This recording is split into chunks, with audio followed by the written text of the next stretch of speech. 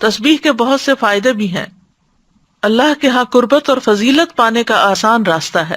رسول اللہ صلی اللہ علیہ وسلم نے فرمایا، تم لوگ اللہ کی عظمت کا جو ذکر کرتے ہو، یعنی تسبیح، تحلیل اور تحمید کے الفاظ کہتے ہو، وہ عرش کے ارد گرد چکر لگاتے ہیں. ان کلمات کی ایسی بھنبھناہٹ ہوتی ہے جیسے شہد کی مکھیوں کی بھنبھناہٹ. وہ کلمات اپنے ذکر کرنے والے کی اللہ کے ہاں یاد دلاتے ہیں. کیا تم میں سے کوئی نہیں چاہتا کہ اس کے لیے کوئی ایسا ہو یا ہمیشہ اللہ کے ہاں اس کی یاد دلائی جاتی رہے؟ تو تسبیح سے یہ چیز ہوتی ہے. پھر دل کی گھٹن اور تنگی کا علاج بھی ہے. قرآن مجید میں آتا ہے وَلَقَدْ نَعْلَمُ أَنَّكَ يَضِيقُ صَدْرُكَ بِمَا يَقُولُونَ فَسَبِّحْ بِحَمْدِ رَبِّكَ وَكُن مِّنَ السَّاجِدِينَ وَاعْبُدْ رَبَّكَ حَتَّى يَأْتِيَكَ الْيَقِينُ.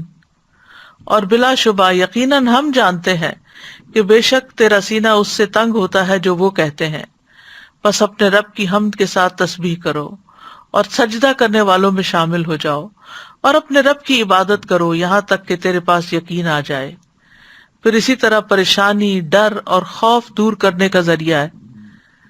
رسول اللہ صلی اللہ علیہ وسلم نے فرمایا، جو رات سے خوف کھائے کہ وہ اسے پریشان کرے گی، یا مال خرچ کرنے سے بخل کرے، یا دشمن سے مقابلہ کرنے سے ڈرے، تو اسے چاہیے کہ وہ اس قول کی کثرت کر دے، سبحان اللہ و بحمدہ، کیونکہ یہ اللہ کے نزدیک سونے کا پہاڑ اللہ عز و جل کے راستے میں خرچ کرنے سے زیادہ محبوب ہے.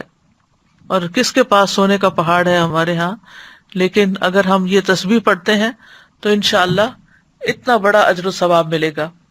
پھر اسی طرح تسبیح کو صدقہ بھی کہا گیا. نبی صلی اللہ علیہ وسلم نے فرمایا، تم میں جو آدمی صبح کرتا ہے تو اس کے ہر جوڑ پر صدقہ لازم ہے. تو ہر مرتبہ سبحان اللہ کہنا صدقہ ہے، ہر مرتبہ الحمدللہ کہنا صدقہ ہے، اور ہر مرتبہ لا الہ الا اللہ کہنا صدقہ ہے، ہر مرتبہ اللہ اکبر کہنا صدقہ ہے. نیکی کا حکم دینا صدقہ ہے اور برائی سے روکنا بھی صدقہ ہے. تو اس طرح انسان کے 360 جوڑوں کے صدقات ان تسبیحات سے بھی ادا ہو جاتے ہیں.